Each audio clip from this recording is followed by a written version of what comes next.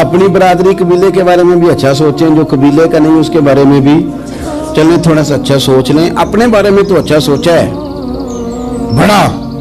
میں کہتا ہوں کہ ہم اپنی غلطیوں سمیت اپنے آپ سے بڑا پیار کرتے ہیں, اور دوسرے کی ایک غلطی نظر آ جائے تو ہمیں گھین آنے لگ جاتی ہے. آپ جلدی نہ کریں, مالک نے موقع دیا ہے بندوں کو, نہ وہ کسی کا رزق چھین رہا ہے نہ سانسیں چھین رہا ہے, وہ اپنی زمین پہ چلنے بھی دے رہا ہے رہنے بھی دے رہا ہے. تو جب اس نے موقع دیا ہے آپ بھی تھوڑا موقع دیں. اللہ بڑا کریم ہے, دروازے کھولے گا, اس کے بندے اس کی بارگاہ تک پہنچیں گے. بدگمانیاں اور پھر بدگمانیوں کا عروج اور اس لیول تک جا کے بات کر دینا ہے کہ جہاں سے خوف آئے کہ یار یہ بات نہیں کرنی چاہیے. کچھ لوگوں نے نا پکا ذہن بنا لیا یہ کہنے کا کہ ہاتھ بڑا تنگ ہے. پکا آپ جس وقت پوچھ لیں ان کا ہاتھ اور بڑا ہی زیادہ تنگ ہے. آپ یقین کریں بہن کا جو خامند ہے وہ کہہ رہا ہے جا حصہ لے کے آ, تیرے بھائیوں کی کمائی تو نہیں تیرے ابا کی ہے, لے کے آ. وہ بیچاری اس کی منتیں کر رہی ہے, کہتی ہے اگر جاؤں گی نا تو وہ کہیں گے حصہ لے جا, آج کے بعد ہمارے گھر نہ آنا, میرا دروازہ نہ بند کرو, مہربانی کرو. اور بھائی سے بات کرتی ہے تو کہتا ہے ہاتھ ہی بڑا تنگ ہے, جب ٹھیک ہوگا تو دے دوں گا. نہ کریں یہ ظلم. ہمارے اپنے تڑپتے رہتے ہیں اور ہماری دولتیں اندر پڑی رہتی ہیں. ہمارے اپنی چھوٹی چھوٹی ضروریات کے لیے پریشان ہوتے ہیں, لیکن ہم بڑے بڑے بہانے ہیں ہمارے پاس, کہتے ہیں یہ نکما ہے, یہ نکھٹو ہے, یہ کام نہیں کرتا, اس میں فلانا ہے, بے فلانا ہے, بلے میں نے نہیں ساتھ چلنا. اظہار جب آپ کے اندر پیدا ہوتا ہے نا, اظہار جب کسی کے لیے آپ حساس ہوتے ہیں تو آپ کو بھی سرور حاصل ہوتا ہے. نہ کریں یہ کام کہ آپ کو اللہ نے وسعت دی ہے اور ہر وقت آپ ہاتھ تانگ ہونے کا رونا رو رہے ہیں, ہر وقت آپ یہ کہہ رہے ہیں میں بڑی آزمائش میں ہوں, جب خدا نے آپ پہ نہیں ڈالی. تو اتنے جھوٹ بولنا صرف اس لیے کہ میرے پیسے بچ جائیں, صرف اس لیے کہانی سنانا کہ حالات میرے بڑے خراب ہیں کہ کوئی بندہ میرے سے کوئی تھوڑا بہت قرض نہ مانگ لے. سنو, نبی پاک صلی اللہ علیہ وسلم کے پاس مہمان آ گیا, بخاری مسلم ہے. حضور نے ازواج مطہرات کے گھروں میں پیغام بھیجا, کچھ چیز ہے ضیافت کے لیے؟ یا رسول اللہ کچھ بھی نہیں, یہ دو جہاں کے شاہ ہیں اور پاس کچھ رکھتے نہیں, دو جہاں کی نعمتیں ہیں ان کے خالی ہاتھ میں. یا رسول اللہ کوئی چیز بھی نہیں. حضور نے صحابہ کے مجمع پہ نظر ڈالی, یا رسول اللہ صلی اللہ علیہ وسلم حکم ہو. تو حضور فرمانے لگے تم میں سے کوئی بندہ ہے جو اسے گھر لے جائے روٹی کھلائے. ایک صحابی اٹھے فوراً, حضور میں لے کے جاتا ہوں کھانا کھلاتا ہوں. فرماتے ہیں میرے گھر میں صرف بچوں کا کھانا تھا, یہ نہیں کہ فریزر بھرا ہوا ہے نعمتوں سے, صرف بچوں کا کھانا. یہ نہیں کہ کسی کو دیکھ کے اپنی ہنڈیا پہ برتن دے لیا, صرف بچوں کا کھانا. کہتے ہیں گھر گیا, بیوی سے کہا کیا کیفیت ہے؟ کہنے لگی بچوں کی روٹی ہے. میں نے کہا بچے سلا دے, صبح ناشتہ کر لیں گے. تو کہنے لگی آپ کیا کھائیں گے؟ تو میں نے کہا نہ میں کھاؤں گا نہ تم کھائے گی, مہمان جو نبی پاک کا ہے. کہا اچھا, اب ذرا تجویز دیکھو میاں بیوی کی سوجھی آپس میں. کہتے ہیں کھانا لگا دینا کیونکہ ایک آدھ بندے کا کھانا ہے. اپنی غربتوں کا ہر جگہ اظہار کرنا, رونا رونا. یہ دیکھو غربت کیسے چھپائی جا رہی. اس کو کہا نہیں کہ چل تو تھوڑا رحم کھا, تو آیا ہے تو تھوڑا رحم کھا, یہ نہیں کہا. کہا اٹھ کے نا تو کھانا رکھنا اور اٹھ کے نا چراغ ٹھیک کرنے کے بہانے بجھا دینا. ہم دنیا والوں کے سامنے کیوں اپنے دکھ بیان کریں؟ ہم جو کہیں گے رب رسول کی بارگاہ میں کہیں گے. تو نا چراغ ٹھیک کرنے کے بہانے. اہلیہ اٹھی, کھانا دینے کے بعد چراغ ٹھیک کرنے کے بہانے بجھا دیا. خامد بھی ہاتھ چلاتے رہے, بیوی کبھی برتن رکھتی کبھی اٹھاتی, پتہ چلے کہ کھانا کھا رہے ہیں, کھانا کھایا جا رہا ہے. کہتے ہیں مہمان پیٹ بھر کے کھانا کھا گیا. یہ کام ہوا رات کے اندھیرے میں, اس وقت ہوا جب چراغ بھی بند تھا, اس وقت ہوا جب کوئی دیکھنے والا نہیں تھا, کسی پڑوسی کو بھی خبر نہیں تھی. فرماتے ہیں صبح کے اجالے میں اس مہمان کو لے کے مسجد نبوی میں نے قدم رکھا تو نبی کریم نے فرمایا رات جو تم نے کام کیا ہے نا اسے دیکھ کے میرا رب بڑا مسکرایا ہے, اللہ بڑا مسکرایا ہے. اللہ تردامنی پہ شیخ ہماری نہ جائیے, ہم دامن نہ چھوڑ دیں تو فرشتے وضو کریں.